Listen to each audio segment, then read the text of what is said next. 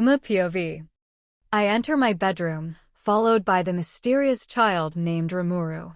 She walks over to my bed, climbs up, with some difficulty, and sits on the edge, her little feet dangling. Looking at me with a smile on her face, she pats on the bed indicating that she wants me to sit next to her. I walk over and awkwardly sit down. Sue, before we get to the main topic I want to talk about, I have a different question for you. Are you Japanese? She says with an almost excited look in her golden eyes. Thrown a bit by a question different from the one I was expecting, I hesitate for a moment before answering. Yes. I knew it, she exclaims as soon as I heard your name. I knew you were Japanese, she says with excitement. Why does a demon care that I'm from Japan? I ask, feeling confused. What makes you think I'm a demon? She looks at me puzzled. Wait, what? I never said I was a demon, kid. Where did you get that idea? But you said you were a demon lord, and why do you keep calling me kid? I'm clearly older than you. I am a demon lord, but that doesn't mean I'm a demon. Those are two completely separate things. She says this as if it is the most obvious thing in the world. I guess I technically am a demon, in a sense, but not the same kind as Diablo or Sullivan. I'm something different. She clarifies after pausing to think. Also, for your information, I'm much older than I look, so calling you kid makes sense. I can change my appearance at will, at least to a certain extent. I just happened to pick a very young-looking one today. Rimuru says in a casual tone. What are you then? I ask, honestly a little scared to hear the answer. Okay, I'll tell you. I'm a type of monster, a magic-based creature. This form I'm in right now is a transformation, a mimic of a human, and a gift from a friend who passed away a long time ago. Rimuru says, showing a hint of sadness when mentioning this old friend. After a few moments of contemplation, she asks, do you want to see my true form? If I show it to you, you have to promise not to freak out. I tend to startle people pretty bad when I show it to them for the first time. Freak out? She did say she was a monster. So is it going to be really scary? Sure, I'm ready for anything. I say, trying my best to sound confident. Oak away, Rimuru says. I watch in horror as she begins to melt into goo right before my eyes. I stare in disbelief at what's left of her body. A light blue blob, similar in color to Rimuru's hair, is now sitting on my bed. I instantly recognize what she is, having seen them before in games and stuff. You're a slime. I say, my jaw about to hit the floor. I told you not to freak out. Sheesh, you said you were ready for anything, kid, the slime sitting on my bed says in a scolding tone. She'd probably be rolling her eyes at me if she had any. I watch as the slime begins to stretch upward before reforming back into a human shape, this time one that's much larger. Now sitting next to me is the most beautiful woman I've ever seen. She has golden eyes and long, silvery blue hair flowing down her back, her smooth, pale skin almost glowing. From what I can tell, it's an adult version of the human form I've already seen. I stare at her entranced, in awe of her overwhelming beauty. She's like a goddess. Rimuru POV. This is the full size of my human form, although I don't use it very much. I don't like being seen like this by strangers, so I usually go with something in between this form and the one I took when you first met me. I say, before turning to look at the boy. I feel a frown form on my face at the sight of his expression. God damn it. Why do you have to look at me like that? Calm down, master.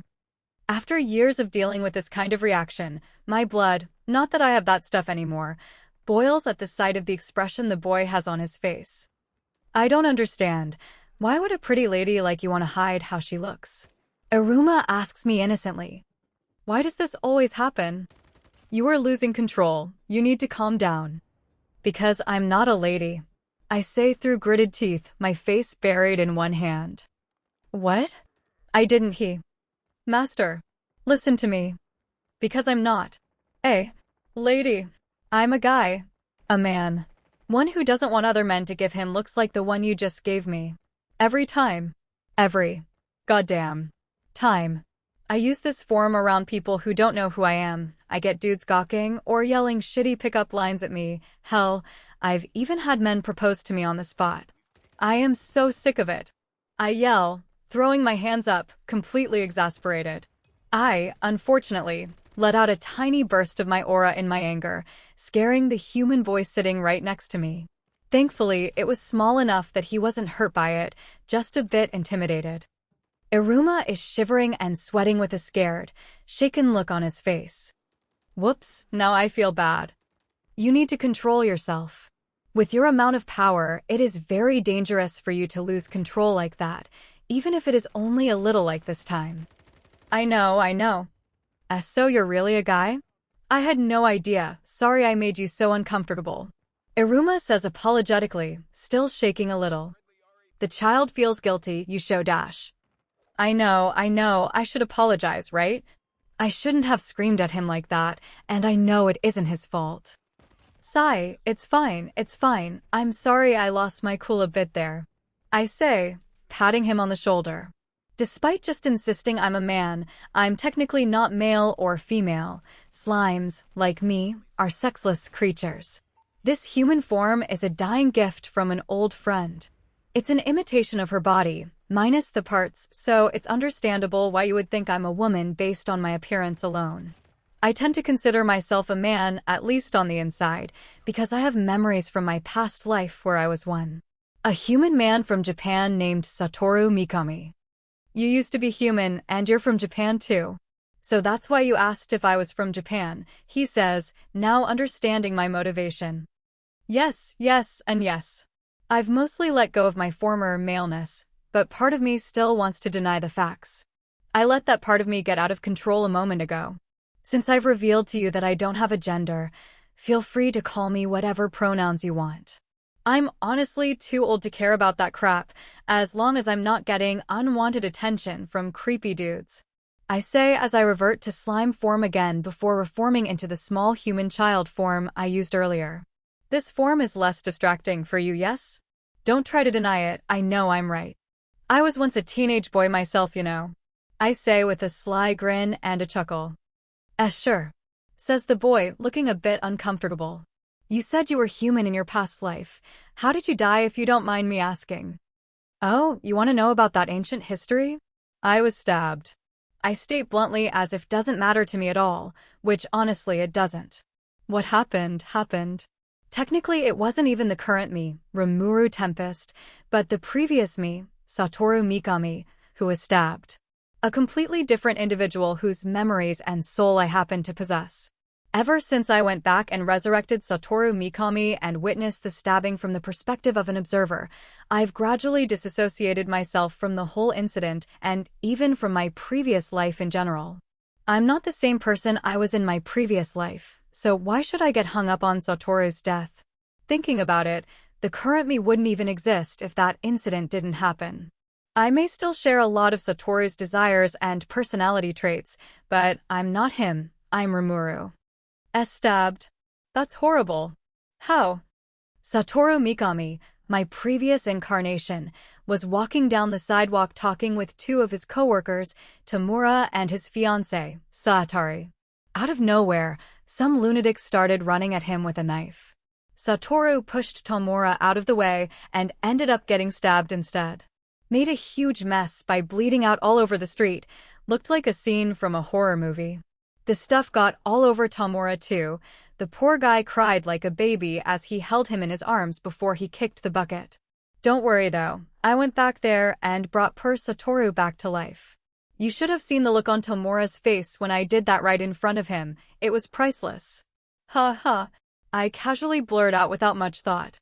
After a moment, I realize I just did something really stupid. Oh, great, I've really done it now. I just casually told the kid that I can time travel and bring people back from the dead. How am I going to explain all that to him?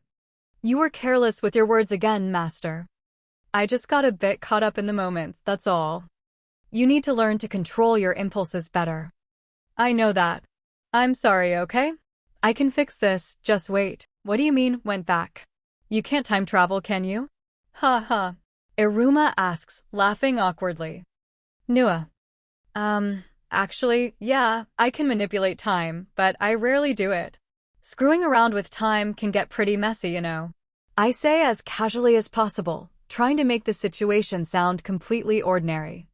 Wait, seriously. What kind of crazy powers do you have, Rimuru? The boy says, freaking out. If I go into all that, we will be here for hours. Do you really want to know? I honestly don't think you do. I say, trying to convince him to drop the subject since I don't plan on revealing all my secrets to him anytime soon. Fine, I change my mind. I don't want to know anymore. You're honestly starting to freak me out again, Rimuru. He takes a deep breath. You were asking me about how I came to the Netherworld, right? Let's talk about that instead. Good, he dropped it. Sure, kid. I don't like talking about my powers and stuff anyway, so let's move on. I know now that you're older than me, but can you please not call me kid when you look like that? It feels really weird. He pleads, clearly uncomfortable with the nickname. Sure. I'll just call you Iruma then. Is that okay with you? Yes, that's much better, he says with a look of relief on his face. All right, Iruma Suzuki, tell me your story.